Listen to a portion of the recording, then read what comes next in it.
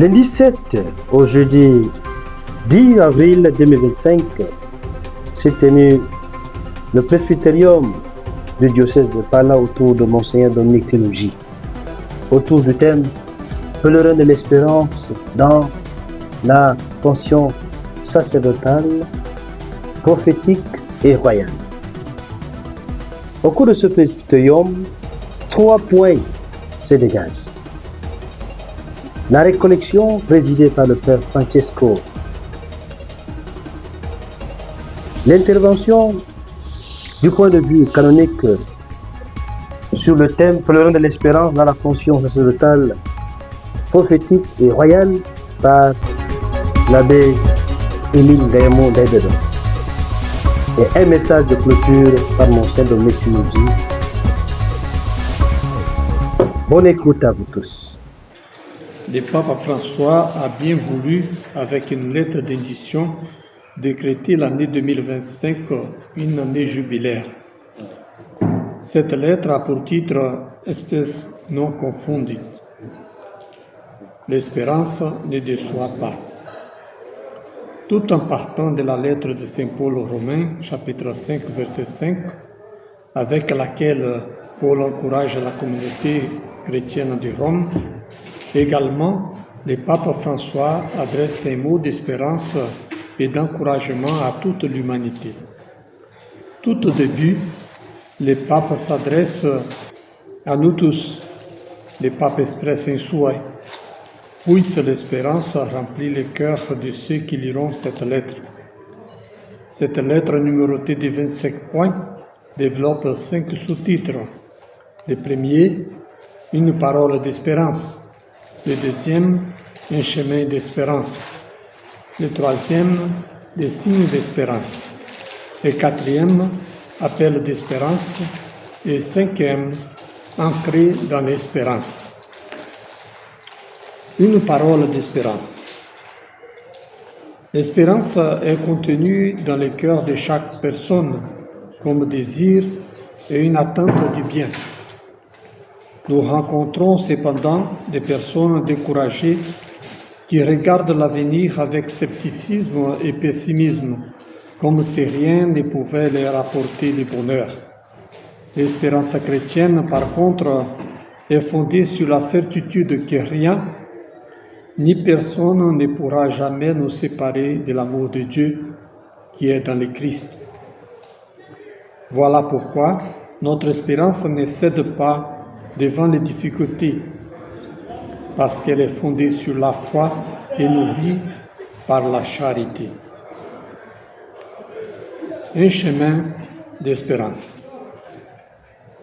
Le jubilé est un héritage de la culture hébraïque, voire Lévitique chapitre 25, versets 1 à 54. Le jubilé était marqué par la libération des esclaves, l'abolition de toute inégalité parmi les peuples, le pardon des dettes et la redistribution de la terre à ses vrais propriétaires. L'espérance n'est pas un optimisme vain, mais un don de la grâce. Un don de la grâce dans le réalisme de la vie. Enfin, le pape François expresse un dernier souhait. Laissons-nous attirer par l'espérance et faisons en sorte qu'elle devienne contagieuse pour ceux qui la désirent. Leur dire, espère le Seigneur, sois fort et prends courage, espère le Seigneur. Puisse la force de l'espérance remplir notre présent dans l'attente du retour du Seigneur, à qui revient la louange et la gloire maintenant et pour les siècles à venir. Au cours de cette année jubilaire, nous sommes appelés à nous améliorer et à nous améliorer mutuellement et en permanence, à faire une auto-évaluation sur nous-mêmes pour bien accomplir notre ministère de frères, prophètes et rois pour ce peuple qui nous est confié. Chers frères dans le sacerdoce, mes chers amis, en lien avec le thème du jubilé qui nous invite à être pèlerins d'espérance, pour notre presbytérium, nous avons choisi de mettre au centre de notre réflexion et de nos échanges les triples fonctions de notre ministère, à savoir enseigner, sanctifier, gouverner. Enseigner. L'enseignement occupe une grande place dans la vie de Jésus. Il est le vrai maître qui enseigne et instruit. Les gens sont suspendus à ses lèvres et reconnaissent la différence entre son enseignement et l'enseignement des scribes. C'est pour enseigner correctement à la manière du Christ que l'Église met beaucoup l'accent sur la formation. Le prêtre est formé et à son tour doit former le peuple de Dieu. Le prêtre est formé pour bien connaître la foi chrétienne, pour la transmettre fidèlement et pour la défendre des fausses doctrines. Jésus ne se contente pas seulement d'enseigner. Il forme bien ses disciples avant de les envoyer annoncer la bonne nouvelle. L'Église conserve cette manière de faire du maître. Elle forme dans les séminaires, elle forme dans les noviciats. Après l'ordination, elle met en place un mécanisme pour une formation permanente. Ici au Tchad, chaque année, la conférence des évêques du Tchad propose une formation permanente des prêtres sur un thème en lien avec l'Église ou bien avec la société. Je signale que cette formation se fait par notre participation financière. Ne pas y participer n'est pas seulement un manque à gagner dans l'aggiornamento du prêtre, mais cela constitue un manque à gagner pour le diocèse qui paye. En plus de la formation au niveau national, le diocèse envisage de développer une formation à plusieurs niveaux. Au niveau du clergé, une formation continue pour les jeunes prêtres et une formation aussi des laïcs pour les rendre plus efficaces sur le terrain et pour l'harmonisation des thèmes de la formation. J'invite les jeunes prêtres à intégrer dans leur programme ce projet de formation. Je saisis cette occasion pour remercier la Commission pour la formation des laïcs qui s'est déjà mise à l'œuvre pour organiser une formation cette année et envisage développer cette dimension de formation dans les années à venir. Je souhaite que ce modèle de formation ne reste pas uniquement au niveau du diocèse, mais puisse s'étendre au niveau des zones, des paroisses et des secteurs. Sanctifier. Le ministère épiscopal et sacerdotal nous fait participer de manière spéciale au sacerdoce du Christ.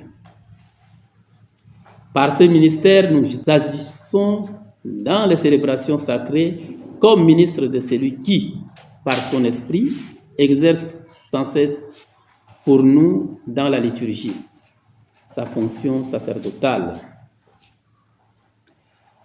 Le Seigneur nous a mis à part. Il nous sanctifie pour que nous puissions à notre tour sanctifier les autres. Ceci à travers les sacrements. Et parmi les sacrements, l'accent est particulièrement mis sur l'Eucharistie, qui est source et sommet de notre vie chrétienne. Les sacrements se réalisent dans la liturgie. La liturgie est la célébration de la foi. Pour cela, elle doit être soignée. La fonction de sanctification nous invite à nous interroger sur la pratique de la liturgie dans notre diocèse. Nous célébrons, nous parcourons des kilomètres pour célébrer l'Eucharistie aux chrétiens. Mais quelques questions surgissent. Est-ce que nos liturgies sont bien préparées et bien soignées? Est-ce qu'elles respectent les normes de la liturgie de l'Église universelle ou locale? nous n'avons pas constaté de grandes dérives. Toutefois, quelques observations doivent être faites. Première observation. Linge et habits liturgiques qui prennent la couleur de la poussière.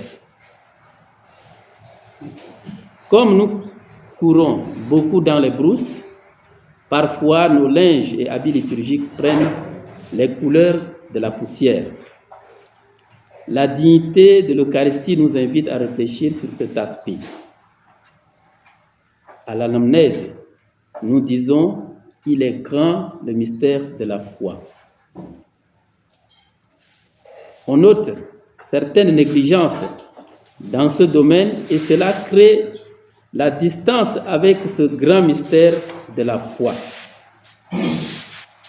Donc, ce grand mystère de la foi exige une certaine dignité dans la manière de célébrer, dans la manière d'utiliser les linges, les habits liturgiques. Avec cette négligence, nous risquons aussi de rater l'éducation à la propreté. Deuxième observation. Attitudes et comportements. Certains parmi nous ont des attitudes et comportements peu liturgiques à l'autel, en mettant soit des lunettes noires comme les FBI, soit en observant une attitude d'indifférence et de non-participation très visible aux yeux des fidèles.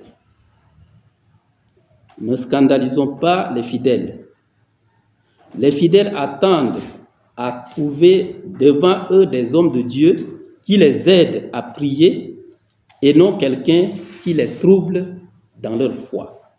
Si nous ne respectons pas les choses de Dieu, respectons les fidèles qui ont laissé leur maison, leurs occupations pour venir rencontrer Dieu et le prier. Évitons d'être des obstacles pour eux.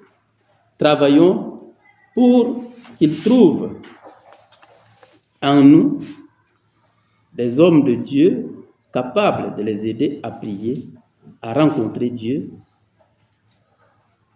à nourrir leur foi et à les aider à développer leur foi. Un autre élément à corriger, ce sont les danses à l'autel. La danse, comme l'expression de la joie, n'est pas interdite dans les célébrations. Rappelons-nous la danse de David devant l'arche. Jésus est un homme joyeux. Il exulte de temps en temps de joie. L'autel doit garder aussi son caractère sacré. Pas envahir comme si on est au concert dans un lieu ordinaire. Gouverner. Le Christ est venu instaurer le royaume de Dieu sur terre. Il confère le pouvoir de gouverner dans le sacrement d'ordination. Gouverner exige le discernement, la créativité, les initiatives. Gouverner demande la fermeté et l'équilibre. Gouverner demande l'organisation. Gouverner demande l'organisation des communautés, l'administration des communautés. Gouverner, c'est tenir à jour la statistique, connaître le nombre de ses fidèles, de ses chrétiens, de ses catéchumènes, tenir les registres à jour, soigner les archives. Gouverner, c'est bien gérer les biens de la communauté. Gouverner, c'est savoir collaborer, c'est savoir communiquer. Beaucoup parmi nous sont impeccables. Ils sont ordonnés. Ils travaillent avec méthode. Ils répondent très bien aux critères de gouvernement précités. Mais les retards et autres dysfonctionnements notés ci et là montrent que nous ne sommes pas tous dotés de cette capacité. la formation, les efforts doivent continuer. Voici ici quelques observations liées à notre fonction de gouverner. Premièrement, l'unité de la paroisse et la valeur du centre de la paroisse. Dans certaines paroisses, le travail est bien fait. Les chrétiens comprennent l'importance de la paroisse et leur lien avec la paroisse.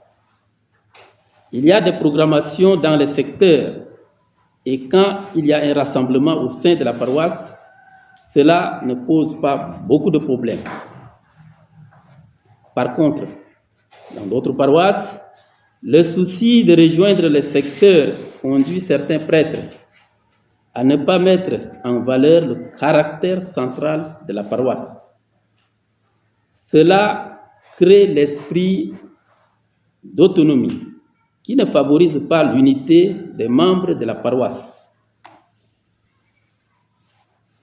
Je me pose la question, est-il normal qu'un chrétien qui a fait tout le parcours jusqu'au baptême ne voit pas le centre de la paroisse? Parce qu'on a dit qu'il faut décentraliser les choses. Donc les temps forts dans les secteurs, les baptêmes aussi dans les secteurs. Bon, c'est une question qui mérite attention. Et ici aussi, je me demande, pour les gens que nous baptisons, surtout pour le baptême des adultes, la semaine 7 est importante. Vivre ensemble avec ceux qui se préparent au baptême, le jeudi saint, le vendredi saint, le samedi saint et le dimanche de la résurrection, c'est important. Mais les baptêmes que nous commençons à faire parce que les gens du secteur aiment, est-ce que nous donnons toujours cette opportunité à nos fidèles de vivre ce moment important qui est là pour les aider à comprendre mieux leur foi ou la foi dans laquelle ils vont naître. Deuxième constat. Constat sur la recherche des biens personnels. Beaucoup parmi nous vivent de manière simple. Beaucoup parmi nous s'investissent et investissent dans leur communauté et pour les fidèles dont ils ont la charge. Mais il y a un phénomène qui commence à prendre de l'ampleur. La recherche des biens personnels.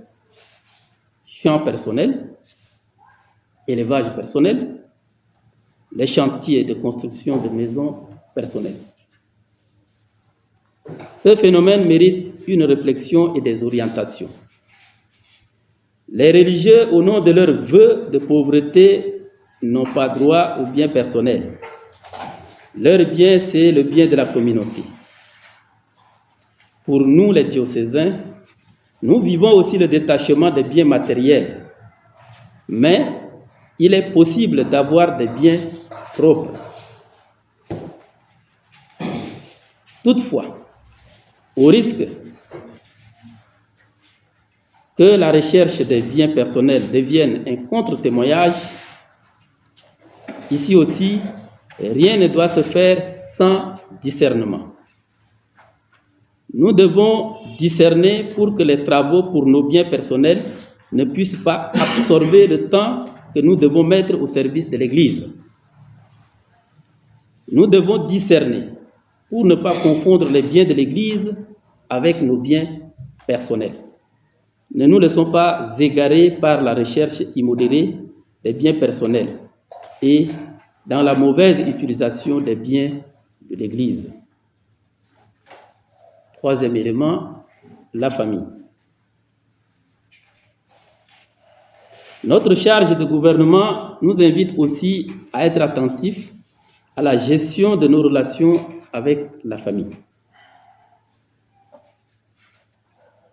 Visite dans nos familles et accueil de nos parents dans nos presbytères ou communautés. Nous appartenons à une famille et nos familles biologiques sont importantes. Il est prévu des moments de congés et de vacances. dans nos familles. Nous avons le devoir de les assister pendant les moments difficiles. Mais ici aussi, rien ne doit se faire sans discipline et sans réglementation. Malheureusement, certains parmi nous sont très dépendants de leur famille et presque tout se fait avec moins de discipline et réglementation. Ceux qui se mettent dans cette situation doivent mettre de l'ordre dans leur vie en lien avec le choix de vie sacerdotale et ses exigences. Le Seigneur a dit, celui qui a quitté sa terre, sa famille, pour le suivre, recevra ici sur terre une famille, des parents, là où il va, et il aura encore la récompense au ciel. Sans exclure nos parents, faisons de manière à ce que les filles, les femmes de nos paroisses deviennent nos sœurs, nos cousines, nos tantes, nos mères.